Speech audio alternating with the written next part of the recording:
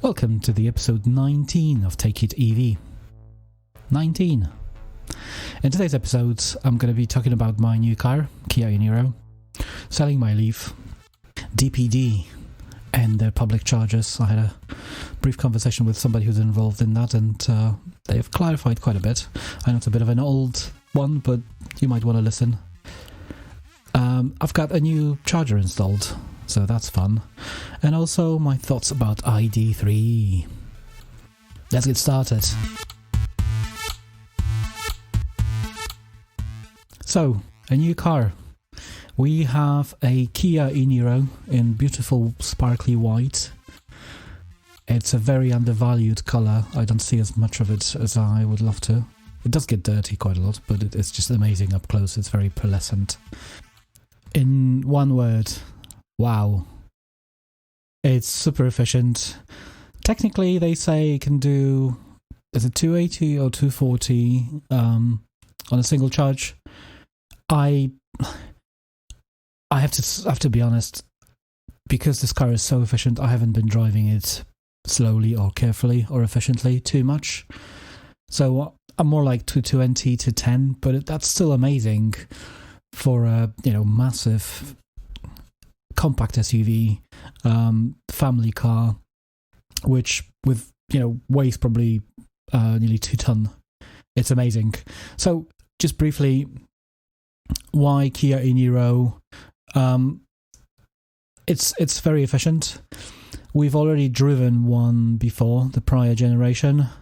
I think the powertrain didn't change much. What's changed is the interior. It's now a slightly more plush interior. The screen is wider. It has an active battery warming, not just cooling, which is always appreciated, especially in the winter time. If it rains and snows a lot, whenever temperature basically drops below about 5-6 degrees, the outside temperature, you might want to have that. It's a bit of a myth that you need for the temperature to go absolutely berserkly zero or below. In the UK, we get enough snow and enough near zero temperatures for actually this country to care about these things. We don't, but we really should. Anyway, going back to the car. Sadly, the interior is not white or bright. That's not available on the Kia Niro. It is available on the Kia Niro whatever, but I don't know why they haven't provided that option. It's already a pretty expensive car, so you'd think that more options would be available. What else? Size-wise, it's massive. It's slightly bigger than a Leaf in terms of the capacity or storage capacity, but it's not humongous, so that's a benefit. Neither me nor wife enjoy really cars that are way too big in terms of how tall they are or how wide they are. I think the widest I've ever driven in the UK is the Tesla Model S, and I could manage that easily. But if it was tall, I'm not sure I'd be so happy with it. So that's that. Power, wow. Again, this car, it's not a BMW sports car, or it's not a Tesla Model 3 fast, but it is fast. I mean, compared to the Leaf, this car just, shifts. And it's an EV, of course, so instant torque. Again, Tesla isn't the only car that can do that, boys and girls. In terms of the battery size, the range was the I wouldn't say the biggest, but one of the most important things. We didn't want a car that just is twice the range of the Leaf, so 150 miles of range. We wanted something that actually will safely get us into the next 3-4 years. And the Kia Niro absolutely delivers on that front. Like I've mentioned, it is much more efficient, so you can actually drive it without a perceived loss or real loss of range if you go over 60 miles an hour on the motorway.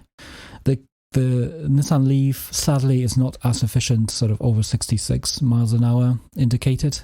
You can see that if you drive like that, you will not get the range that you want. And of course, Leaf doesn't have the active battery cooling, which is massive if you want to stop and charge.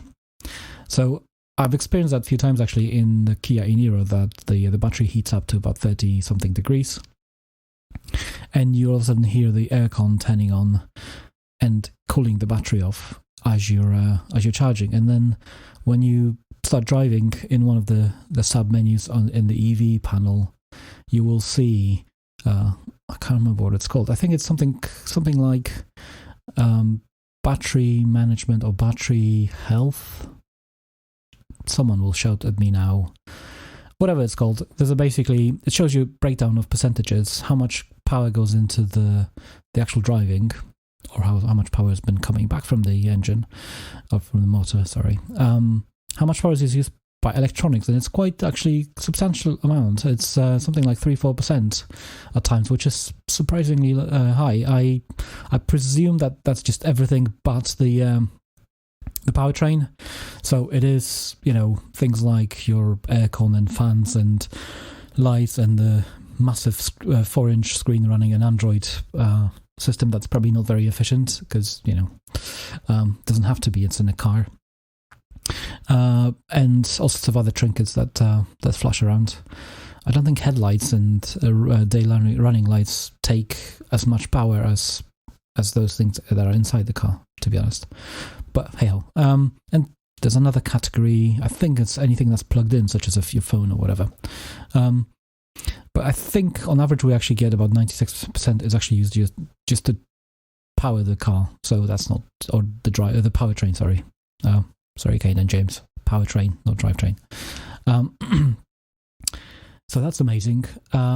Speaking of charging, I think it can charge to about 77 kilowatts. I've only seen 76 kilowatts going into the car, which is still plenty. My initial driving, just around, I've driven it initially just like I would drive a Leaf. So basically, plan a trip and say, okay, well, I need to drive for the next 180 miles, and then plug in, or 200 miles and plug in. And then wait 45 minutes, take off again, drive. But spoiler, driving 200 miles in this country takes an awful long time. I don't know about the US, don't know about the rest of Europe, but in the UK, you're going to have to drive for about 4 or 5 hours basically to drive that much, or that far. And I don't know about yourselves, even when I was younger, I don't think I could safely say that I could sit behind the wheel for that long and still feel like, like it's appropriate. Never mind bladders and having to just eat stuff during the day when you're on a long trip. And obviously, your passengers might not feel very safe and refreshed if they have to sit in the car that's driving for so long. So we've adopted since a slightly more sort of appropriate way of driving, which is, drive for about 2 hours, so the wall clock rather than the mileage, stop, and of course if I'm going to stop at the service station or anywhere, I'm going to find a place with a rapid plug in. It's obviously CCS, not CHAdeMO, so that kind of changes the pattern of the charge network usage, but not massively, to be honest. And sit there for 15 minutes, 20 minutes, whatever it takes, however long it takes for us to go to the toilet, go to the a place, buy something to drink, eat, consume, such things or not, and then drive off. And generally, I try to be at the place for about 15 minutes at least, and that gives me enough power or enough charge most of the time to kind of propel myself for another hour or two. And eventually, of course, the running average, or your average, not average, but like your bracket, if you imagine the up and down bracket of the state of charge, that's going to descend or drop down eventually. But to be honest, the longest drive I've done so far in one direction was to actually visit the folks at the Yorkshire EV Club for the meetup in Hull. Hello, guys. And that took me 4.5 hours one way, or about 5 hours one way. And I stopped twice. Once just to get a coffee, again 15-minute stop, and second time I wanted to have lunch. So before I showed up at 11 o'clock at the meetup, and I set off at 6 o'clock. So I stopped at around 10 o'clock in Newark-on-Trent, had myself a lunch, and then I waited for the car to get about 75%. By the time I got to Hull, it was at 50, which gives you a estimated range of about 120 miles. Plenty. I mean, 120 miles, is just enough to go virtually anywhere in any direction in the UK, and you're going to encounter at least one rapid charger on the way to top up, and you're going to be driving for over an hour to do that. So again, and on my way back, I actually kept on stopping more because I was tired. I've driven 4.5-5 hours one way, spoke to plenty of people, very lovely people in Yorkshire. Highly recommend visiting if you've never been or to one of their meetups. Obviously, now with the COVID thing, probably not as much of that happening. But if it happens ever again, I highly recommend that you drive to meet those people, even if you're not in Yorkshire. Anyway, so I set off on my way back home at about 4 p.m. and I was tired, driving there, talking to people, having lunch, talking to more people. So on my way back, I just took it easy. Take it easy, right? I think I just ended up driving sort of about hour and a half. And any time I would encounter either a service station where I wanted to go to the loo, or I wanted to have a snack, coffee, or there was an Ionity charger on the way, I would just stop for, again, 10-15 minutes. I think it was more like 15 minutes each time, and just top up each time. And I got home with, 30-something% at about 9 p.m. So that was a very long day. 6 a.m. left, 9 p.m. came back. That was the longest trip I've done. I've done one trip where I've just driven without much of a reason to drive in one or the other direction, where I actually managed to drive for 4 hours without stopping, and I felt safe at the end, but I would not recommend doing that, to be honest.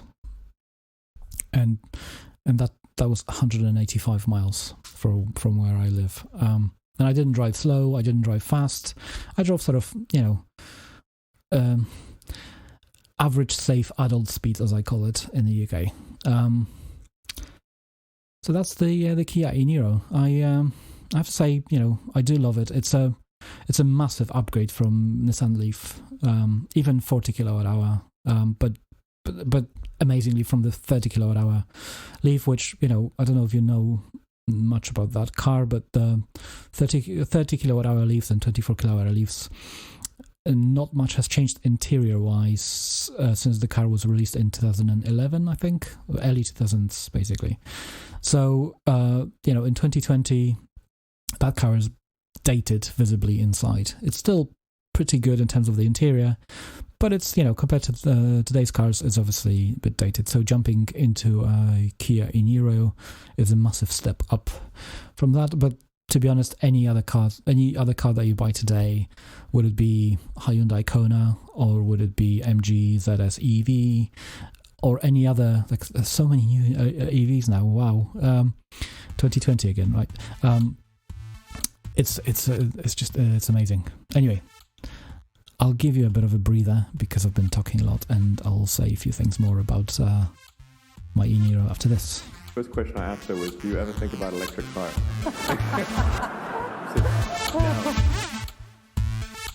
And now that your ears are visibly relaxed, I'll say a few things more about Kia e-Niro because, again, why not? So, the downsides, it's obviously slightly larger. It's more of a problem for my wife than myself. But I don't find the seats as comfortable as the Nissan Leaf ones. It lacks the sort of the side support. I don't know how to describe it, but basically in the sort of sportier categories of seats, you have these so-called bucket seats that kind of wrap around you slightly as you sit in them.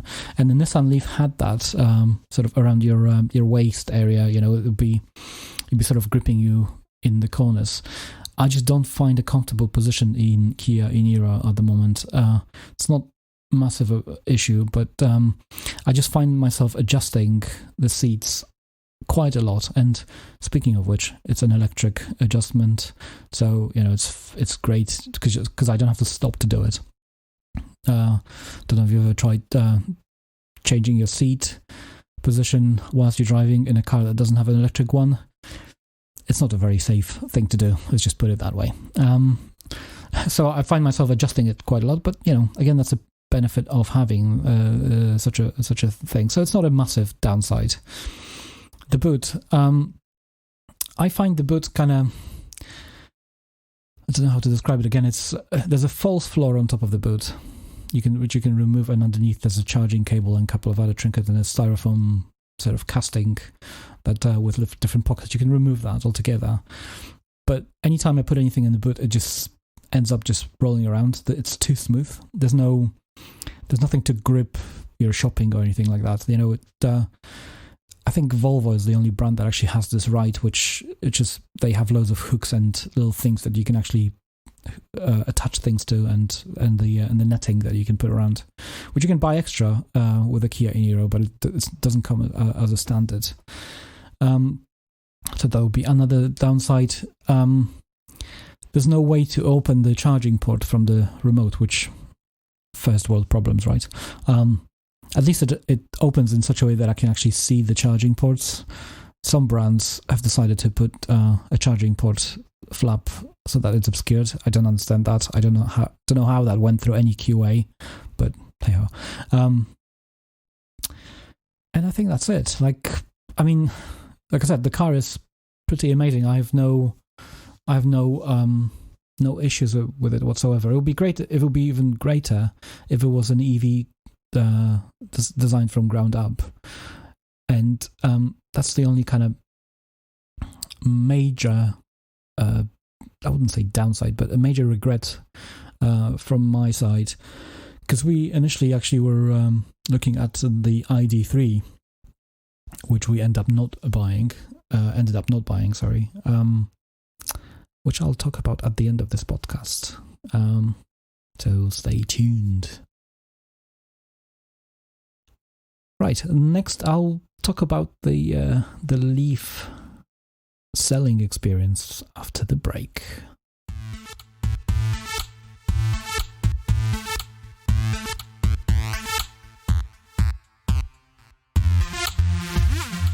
Breaker. So, we're not very rich family, so we sadly had to sell the Leaf in order to buy the Kia e-Niro. I would have kept the Leaf if we had the budget to keep both, to be honest, because my wife actually liked the Leaf size-wise.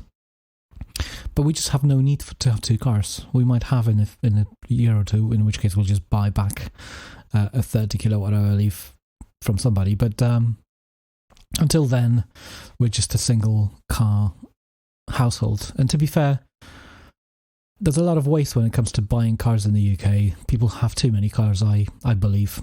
Not everyone has to have a car in a family, People can give each other rides and just integrate as a family a bit more if they didn't. But anyway, that's a story for a different rant. So how did I sell my EV? I would be lying if I said it was straightforward. This is the first time I have not traded back my car.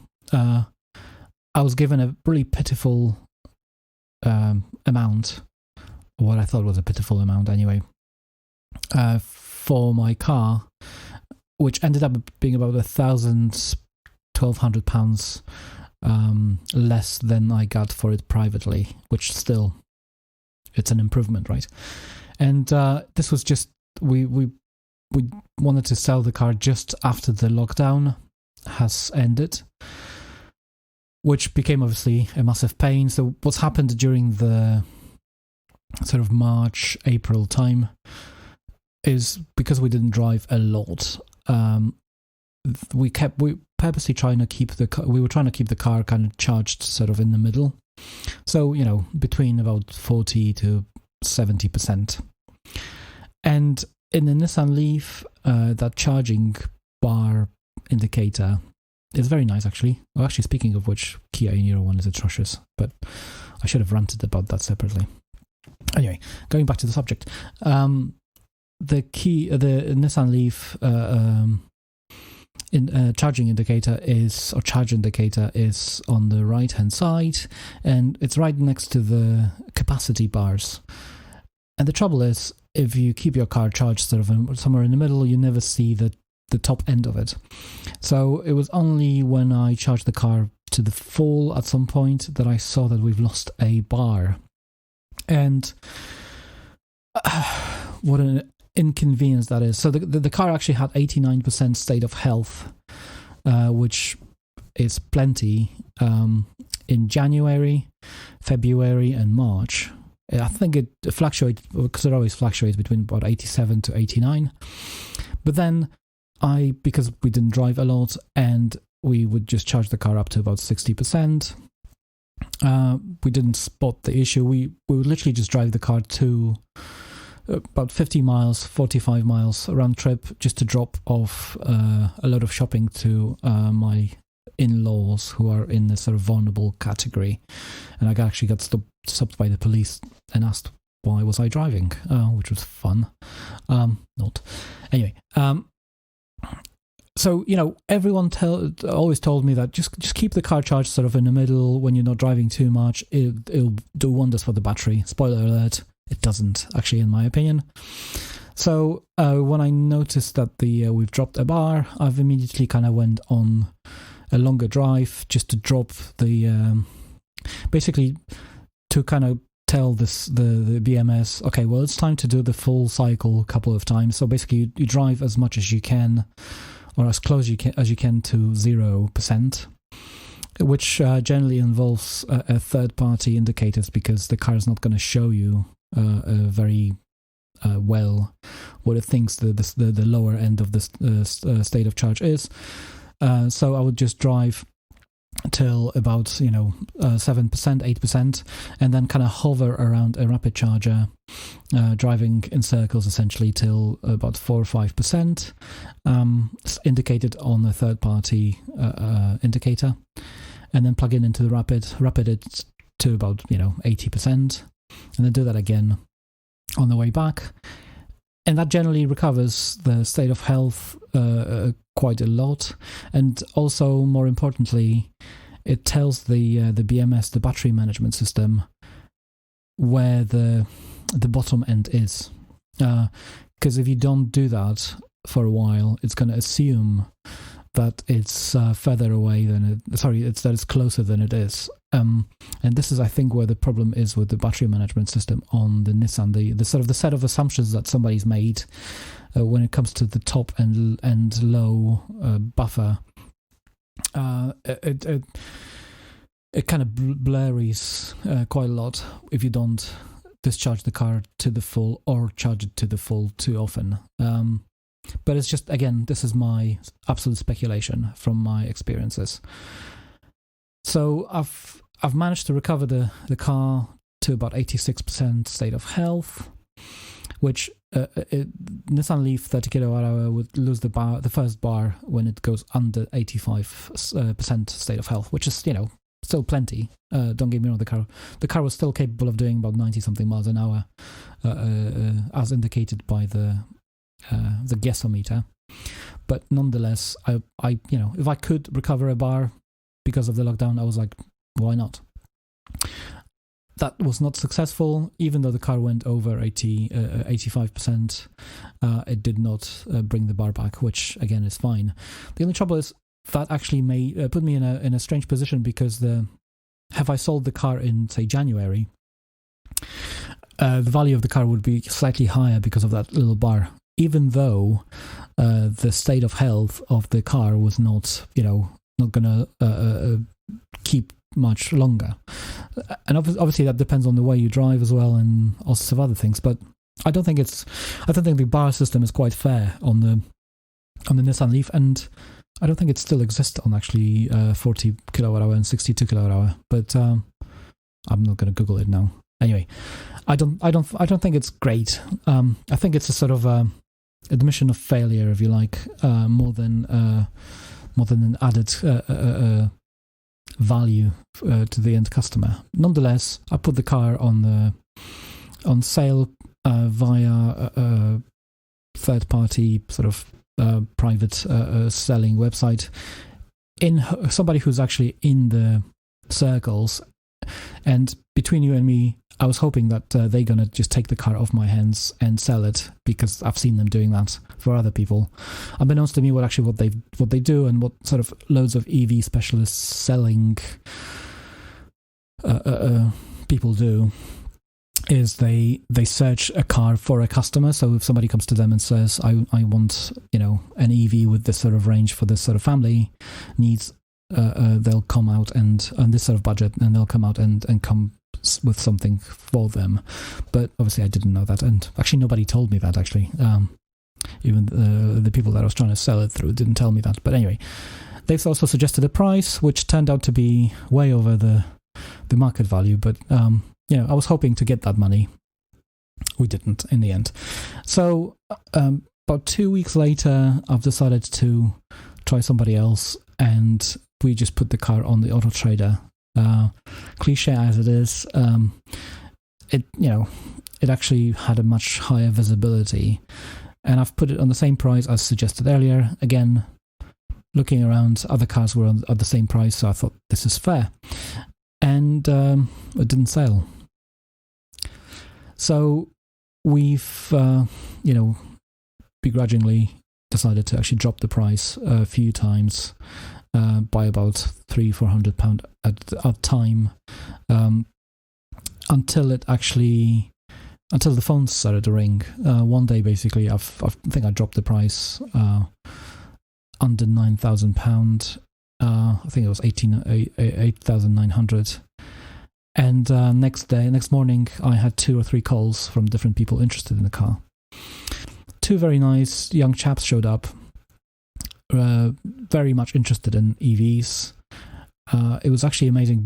All people that wanted to see the car never owned an EV before, and they just wanted to dip their toes into the EV land, and they wanted something secondhand that's proven, like a Nissan Leaf, which is amazing.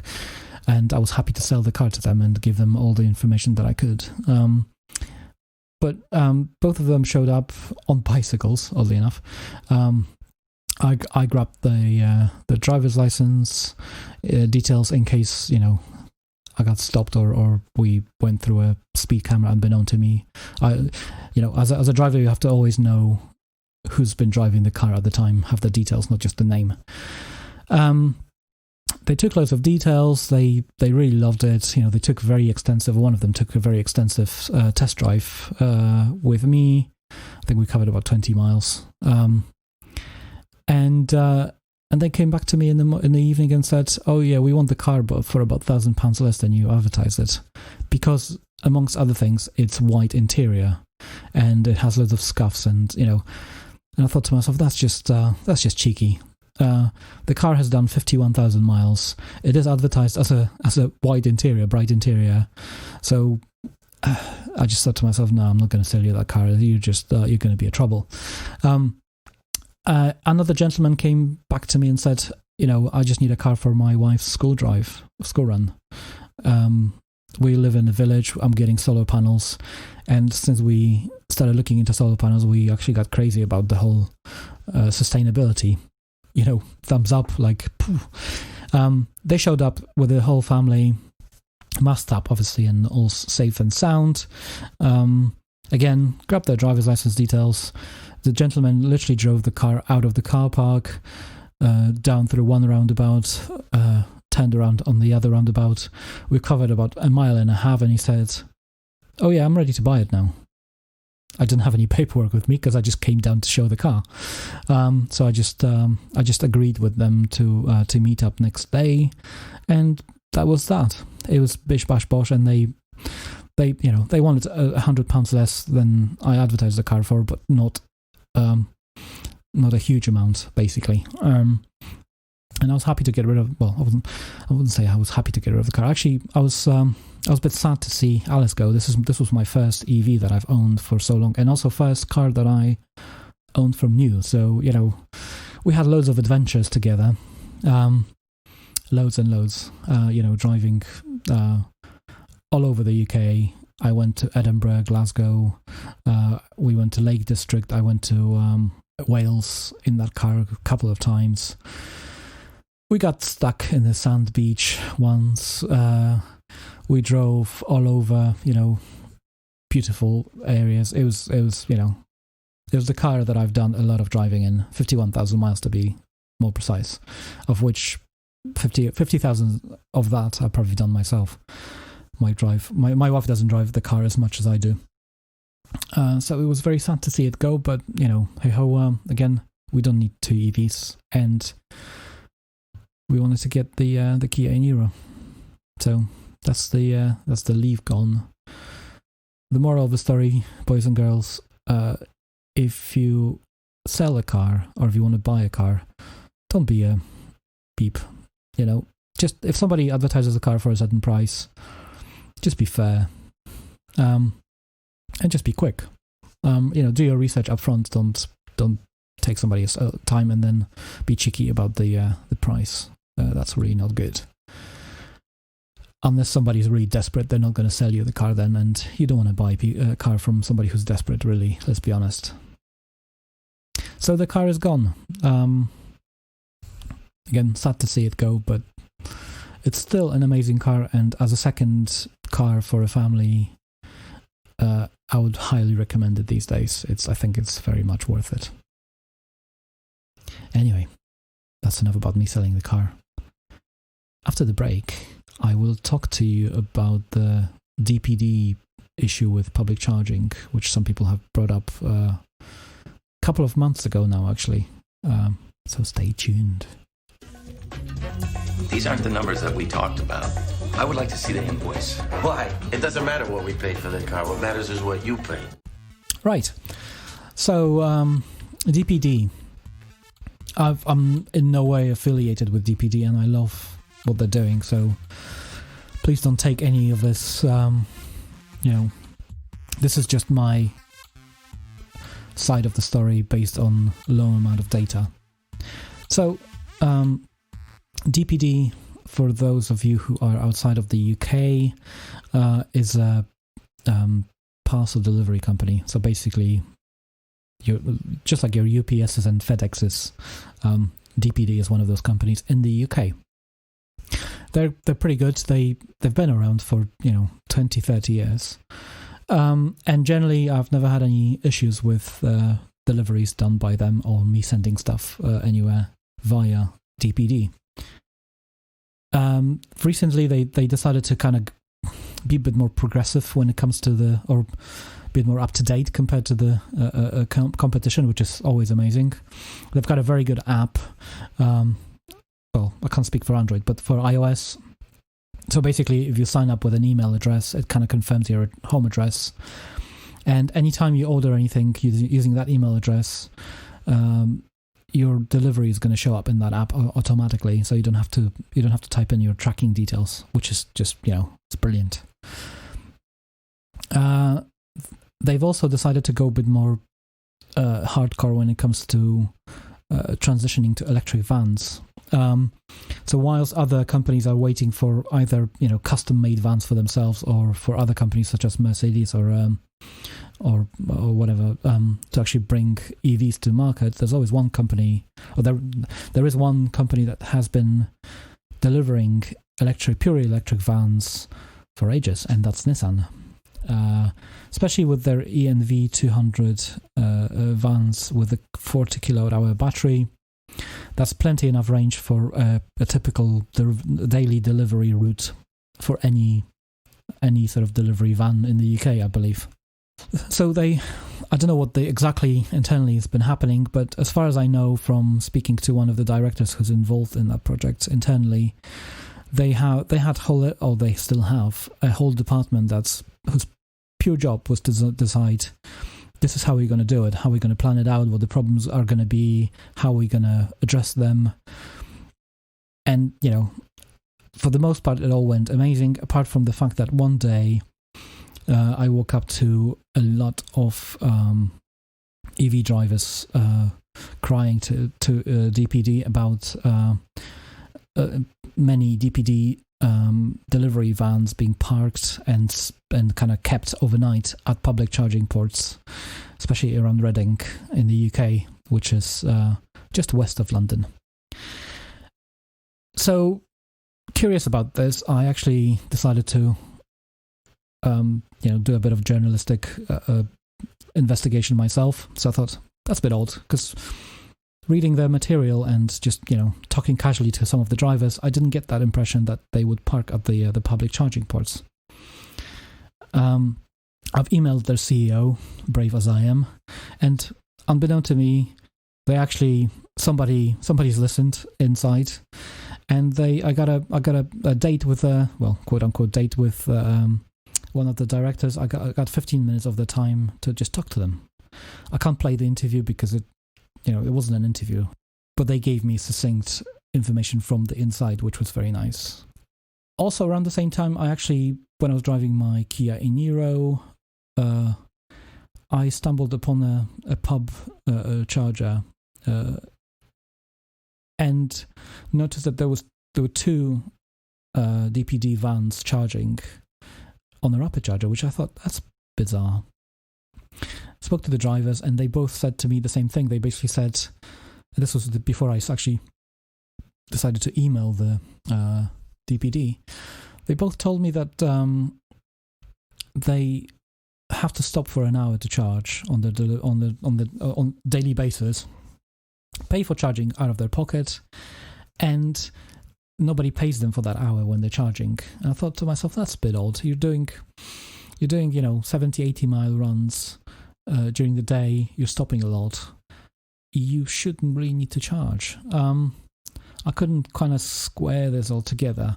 So here's what I found I'll just explain to you in my own words what's happened. So basically, I believe DPD employs delivery drivers as a company internally, but part of the network is also outsourced to third-party contractors. And of course, if you ever seen a delivery driver driving around, not all of them are very, let's just say, efficient in the way they drive. They rev up their engines, diesels usually, down or up the hill, and then stop, all the time. And they probably spend a fortune on diesel that way. And I'm sure they complain about that as well. So that's one problem. And the other problem is with electric vans, especially something as sort of, I wouldn't say inefficient, but not the best efficiency powertrain as a Nissan van or cars. You'll struggle to get a good mileage if you drive on the motorways a lot, and especially if you hammer it, if you go fast. So my suspicion is that some of the contracting drivers weren't given a good training, or they decided to ignore that training. Maybe they think they're gods of the road already because they're driving every day, and they just run out on daily basis, or they run it very close to running out on daily basis, or maybe they just have the good old range anxiety because they see 50% on the daily run, been dropped by lunch, and then decide to actually stay at the rapid charger for an hour to top it up, which again, they haven't been given sufficient training to actually find out that they shouldn't be topping up to 100%. Who knows? the said rapid chargers are rather expensive compared to your household charging, which is why perhaps some of the DPD drivers found themselves charging at night in Reading or other public charging ports that are probably free, and parking is free overnight, so you just leave the car there.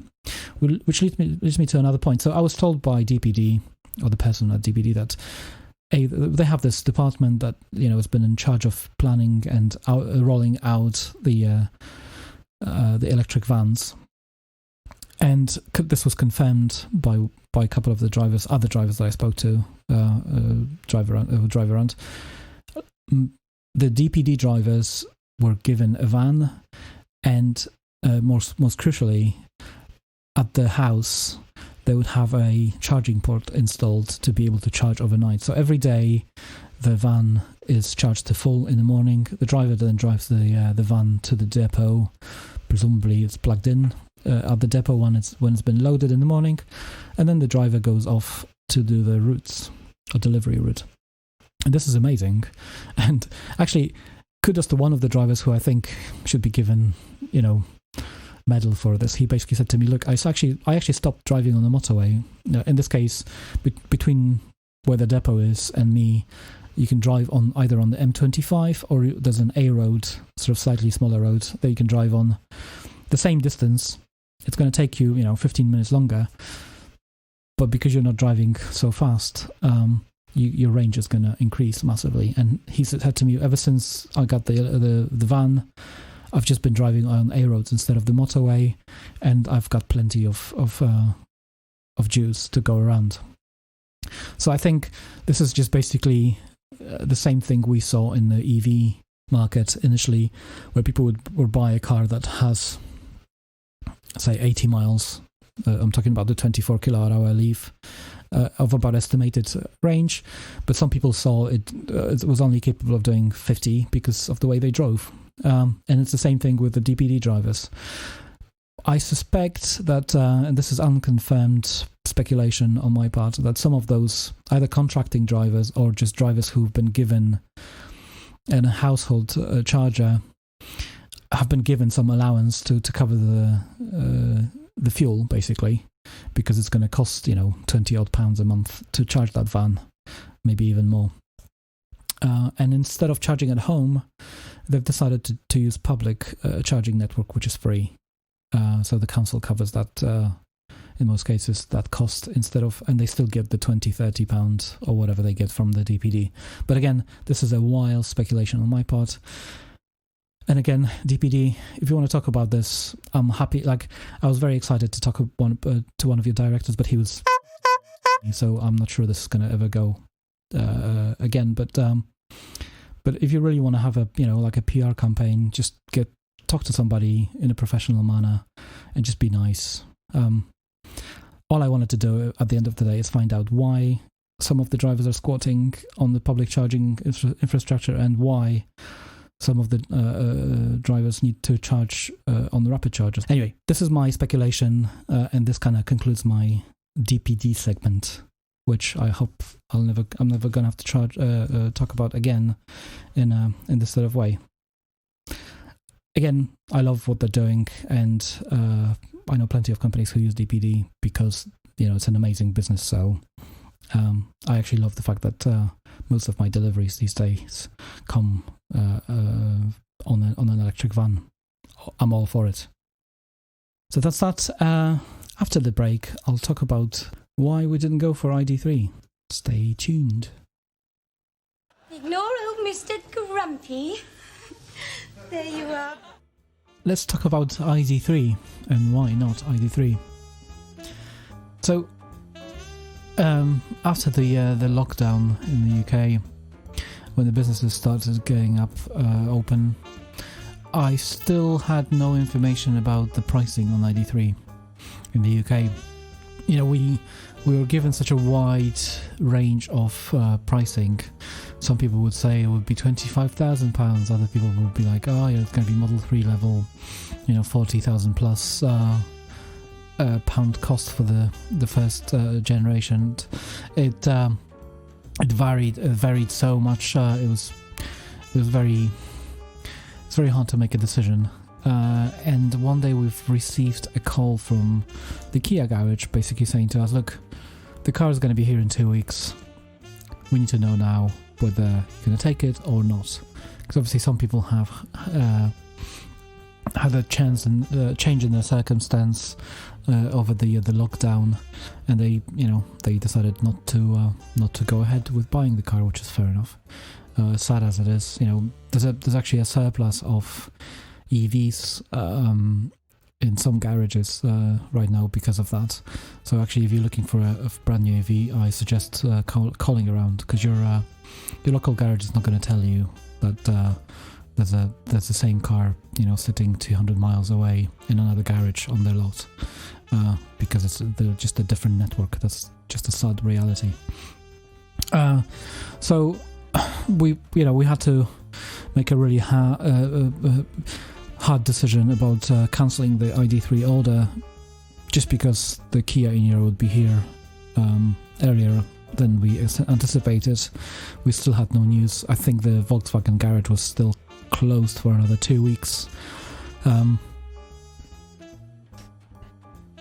So that's in a nutshell why we didn't go for ID3. I've actually never sat in one before that as well. So basically, Kia in-year has been around since, I believe, 2018, and we've driven one last year. I had one from the EV Experience Centre. So I've seen the car, touched the car, I've driven the car. As far as I know, again, I think powertrain didn't change much. So we knew that we loved that car. In fact, I said that to many people. If somebody offered me a second-hand Kia in-year at the time when I test drove one, I'll just go to the bank, get a loan, and just buy it there and then, because I was so happy with it.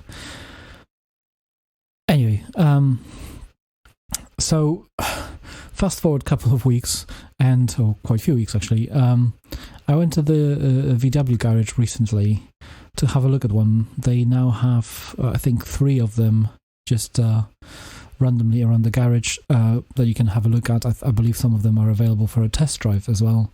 And I sat inside one and I thought to myself, wow, maybe I should have waited.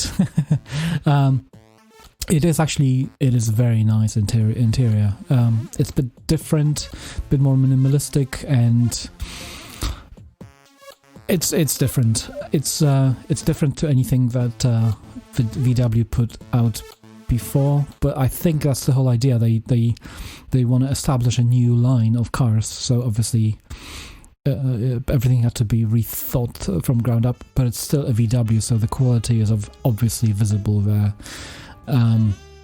From other people who had that delivered, they're very, very happy with them.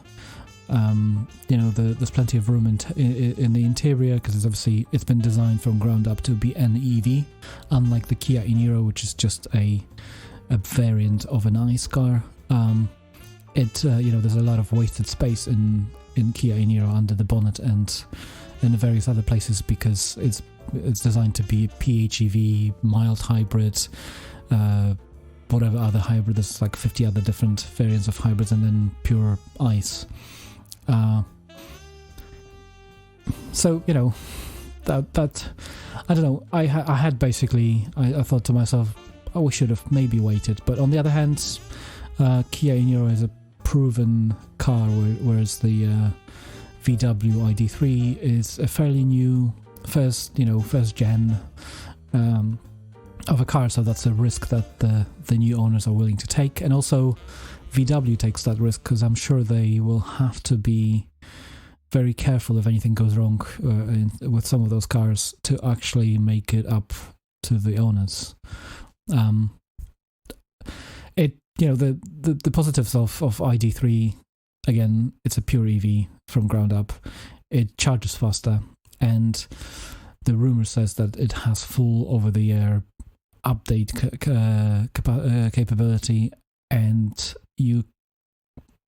again, I'm not sure about the UK, but apparently in some countries you get a subscription model where you basically pay set amount of money a month, and you can use Ionity chargers for a discounted price, which in case of a Kia Niro, even though Hyundai and Kia are technically part of the Ionity group, we don't get, which I'm really, really unhappy about. If you're listening and you're working for Kia, please get in touch, because I would love to know why. And of course, ID3 is made by VW. They know how to make cars very well. Let's be honest. So I've been on for 52 minutes now, and I don't feel like I've covered all the subjects. So let's go the bonus round. I'll talk to you about Zappi.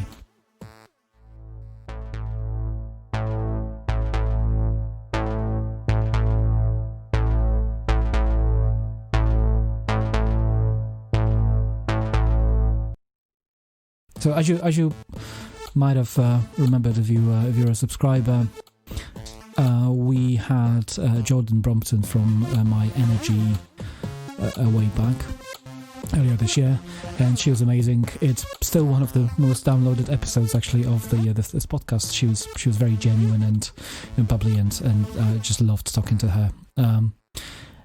And sort of jokingly, I asked her, "Can I get a Zappi with a red cover?" There's basically, if you've never seen a Zappi, and just look it up, it has a little shroud around the edges of the it's actually pretty thick, like a bezel around the edges of the charging point, and you can get it in sort of a dark grey, black almost, or sort of white, ivory white colours. And amazing as they look, I like the colour red. I thought, why not, ask her about the other colours. So when I ordered one recently and had it fitted, they've actually sent me separately a red cover as a sort of a joke maybe, but it actually looks epic in my opinion, and I now have it installed on my outside wall, and this is how we charge our car now. The reason for going with Zappi is basically very simple. We have a solar PV array on the roof, and previously we didn't have any way to control directly how much power we actually want to use just from the solar to go into the car. There are other solutions out there on the market, but they either don't have the intelligence, quote unquote, to do it, or they do it using online API. So basically, the charger makes a query to the in our case the solar panel inverter manufacturer who are called SolarEdge, and finds out how much power the car is actually, or the solar array is actually outputting at the moment. But that doesn't give you doesn't tell you how much power actually is left over from the house. Whereas what My Energy products brilliantly do is, and this is like a simple solution, which again, as an engineer, I just boggles my mind why others are not doing it. They put a little clamp, what's called a CT clamp, basically, that senses how much power comes in or goes out of the house on your feed to the house. And it's very easy to install. There's no need to unplug any cars. It just goes over one of the wires in your distribution cabinet that's usually outside the house, usually very close to your charger actually. And it just knows how much power goes out of the house and tries to keep that in one of the modes. It tries to keep that to the 0. And that's the sort of Eco Plus mode where you basically want to know, you want to get all the power that is all the excess power from the solar to your car. There's other modes that other chargers on the market have. So there's a faster mode, which is basically, on and off, just like any other charger. So it's full 7 kilowatts, or however much the car will actually take. And there's also another mode called Eco, which this is actually something I wish somebody told me before I had this charger, which is basically that your EV the charging standards specify the minimum charging current that can go, or amount of power that can go in a car, and I believe it's 1.2 or 1.4 kilowatts. Don't quote me on that. Look it up. Don't be lazy. Joking. And I'm sure you can look it up. And basically, what Zappi will do is, if you have, say, 0.5 kilowatts, 0.5 kilowatts coming out of your house into the grid, that's not going to go into the car because that's not enough to meet the minimal charging criteria for your EV. It will basically, if you imagine the battery pack and the charging unit in a car, the big power supply that's basically under the bonnet usually in a car, or just close to your charging port, and then the batteries and themselves, the battery pack needs some amount of current to actually be fed into the batteries themselves, and there's some losses occurring during that process. So all those things taken together, and the way the sort of the communication, quote unquote, works between the car and the charger, there's been a minimum established basically to be 1 point something kilowatts. Let's just say 1.2. I'm not sure about that, but let's just assume for the purposes of this conversation that it is.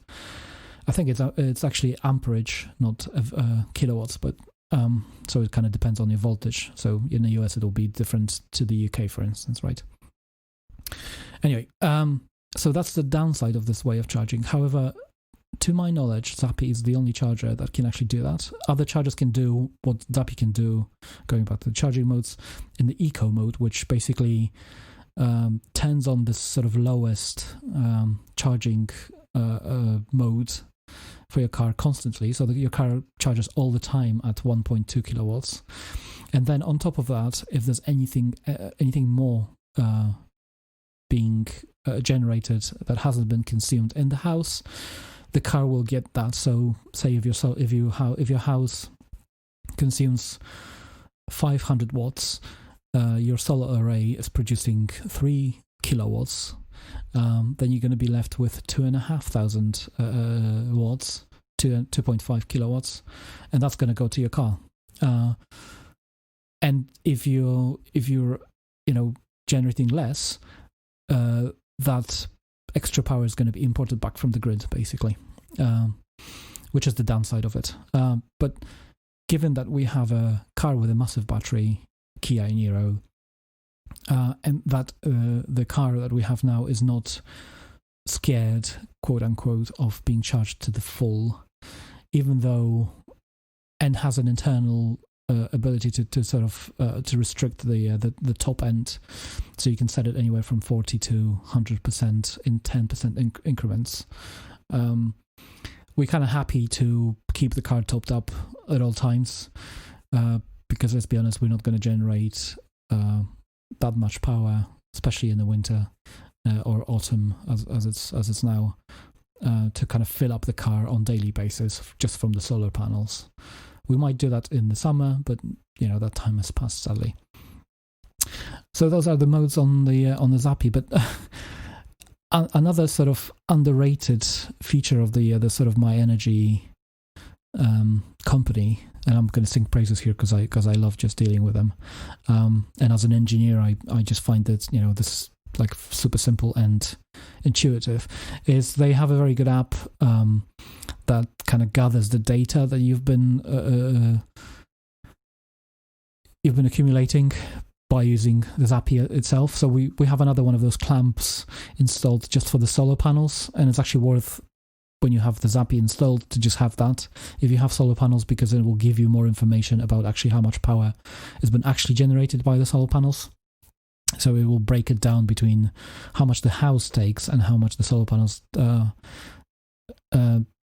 generate, and be able to from there get the idea of how much the house actually consumes, how much you're importing from grid, and break it down.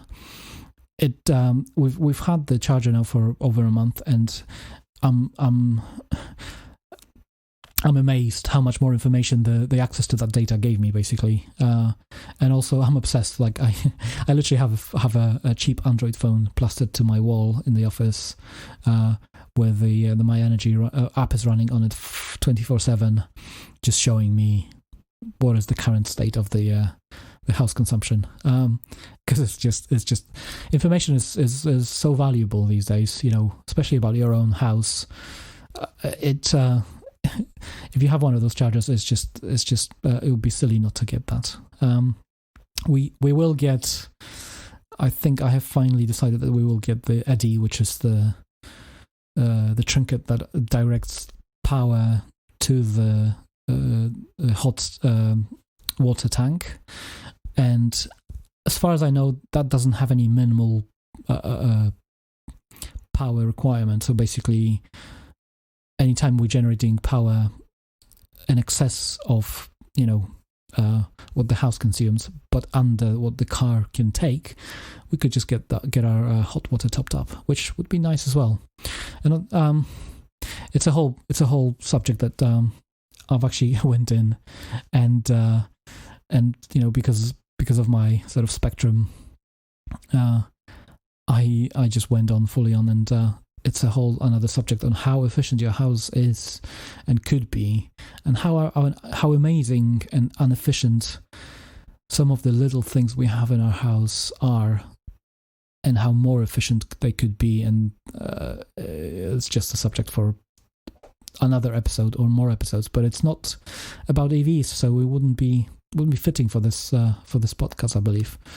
Although, if you think otherwise, let me know. I might actually bring in some people for an interview who actually know way more about these things, such as solar panels and battery storage systems and heat pumps and so on, because it's a fascinating subject. It's really fascinating, and it's the future, which we will have to transition ourselves into, just like we're going to have to transition the whole society into driving electric. There's no two ways about it. And on that bombshell, I'm going to have to end the podcast, because I've been now yapping away for over an hour, which I don't know how long this podcast is going to be when it airs, but thank you very much for listening, if you've been listening so far. If you have any questions, any comments, follow us on Twitter at TakeItEV, just like the podcast, for all the words together. TakeItEV at gmail.com for any comments, if you have any, anything to say or anything to offer, I'm all ears. And I'm sorry we have been out for so long, but we had a few episodes planned, but either the interviews didn't go ahead, or we had some technical difficulties in case of one of the interviews, and I'm gonna have to re-record it with the person again, because it's just it's the downside of lockdown. I'm afraid. And also, I just wanted to have some breather. I think people aren't listening to podcasts as much now as they used to, so I don't want to flood you with episodes about daily news or whatever, because I don't find that interesting, to be honest. Anyway, if you have been, thank you for listening, and speak to you soon. Take it easy.